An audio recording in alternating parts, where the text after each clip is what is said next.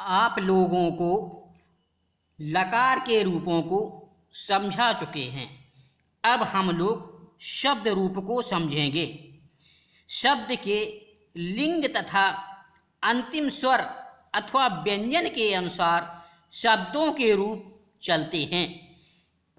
यद्यपि ये संपूर्ण रूप से निश्चित नियमों के अनुसार ही चलते हैं।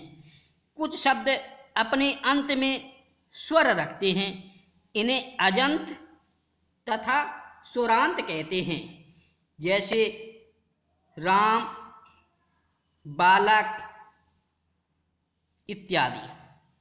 आज हम अकारांत पुल्लिंग बालक के रूपों को समझेंगे।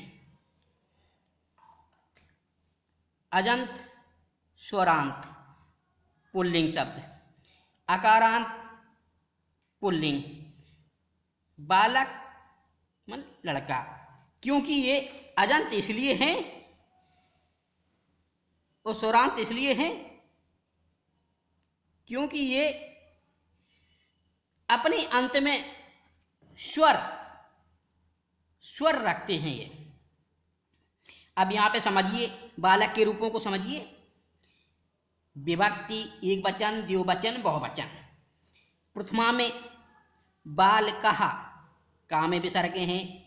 द्विवचन में बाल कौ, बहुवचन में बाल का में आका डंडा और विसर्ग है, बाल कहा।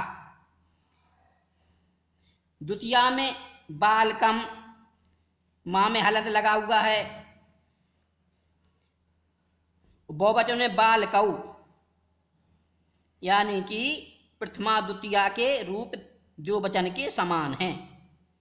बहुवचन में बालकान, ना में हलंत है। तृतीया में बालकेन, तृतीया के द्विवचन में बालकाभ्याम। बहुवचन बालकय, विसर्ग लगी हुई हैं। चतुर्थी पे आइए, चतुर्थी के एक वचन है बालकाय, द्विवचन बालकाभ्याम, हलंत लगा हुआ है माँ पे। और बहुवचन में बाल केभ्या, या में क्या है, विसर्गें। पंचमी में देखिए, एक वचन में बालकात, ता में हलंत है। द्विवचन पंचमी के द्विवचन में बालकाभ्याम। पंचमी के बहुवचन बाल केभ्या, या में विसर्गें लगी हुई हैं। षष्ठी का देखिए, एक वचन बालकस्य, द्विवचन में बालकयो, विसर्गें लगी हुई हैं।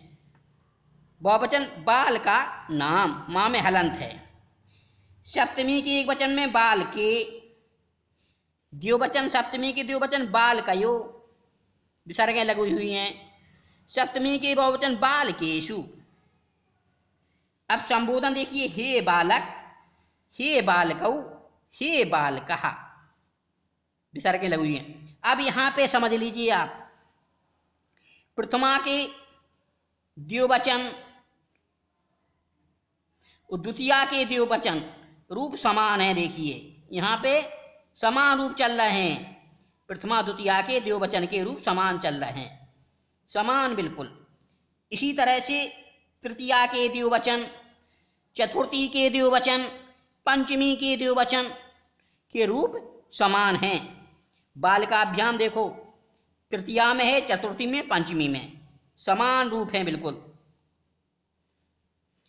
इसी तरह से चतुर्थी के बहुवचन और पंचमी के बहुवचन बाल केभ्या, देखो बाल केभ्या, समान रूप चल रहे हैं। देखिए दोनों के समान। यहाँ पे आ जाइए, षष्ठी के द्विवचन और सप्तमी के द्विवचन, षष्ठी और सप्तमी के द्विवचन के रूप समान हैं। यहाँ पे इसी को समझ लीजिए आप लोग कि प्रथमा द्वितीया के द्विवचन के रूप समान है, तृतीया चतुर्थी पंचमी के द्विवचन के रूप समान हैं। इसी तरह से षष्ठी और सप्तमी के द्विवचन के रूप समान हैं। यहाँ पे बहुवचन चतुर्थी पंचमी के बहुवचन के रूप समान हैं। इसी तरह से निम्न शब्दों के रूप भी बालक की तरह चलते हैं। केवल रा और सा रखने वाले शब्दों के तृतीया एक वचन और षष्ठी बहुवचन में ना की जगह ड़ा होता है। अतएव जैसे राम के हम रूप चलाते हैं, राम शब्द की तृतीया एक वचन में क्या होगा? रामेण, ड़ा हो जाएगा। और षष्ठी बहुवचन में क्या हो जाएगा? षष्ठी बहुवचन में क्या हो जाएगा? रामाणाम। षष्ठी बहुवचन में रामाणाम रूप बनेंगे। केवल यही नियम याद रखना है आप लोगों को, रा और सा रखने वाले शब्द। इसी तरह से बालक की तरह ही रूप अन्य रूप भी चलते हैं, इसको समझ लीजिए आप लोग। जैसे राम के रूप रामः, जनक जनकः यानी कि पिता, जनका का अर्थ होता है पिता।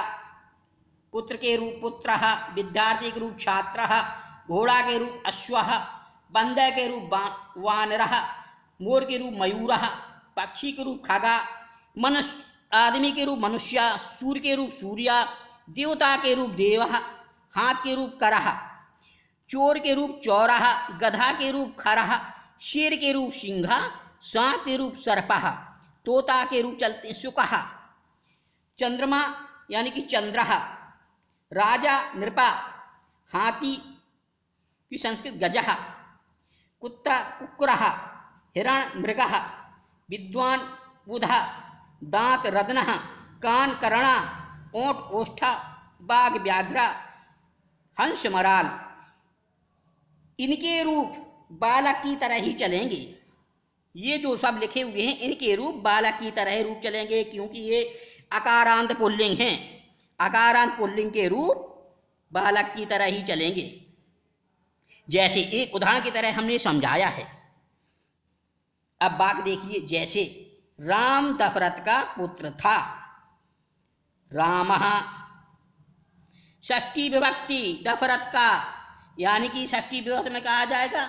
जैसे बालकस्य तो क्या हो जाए दशरथस्य, रामा दशरथस्य पुत्रा आसीत्, षष्ठी विभक्ति है।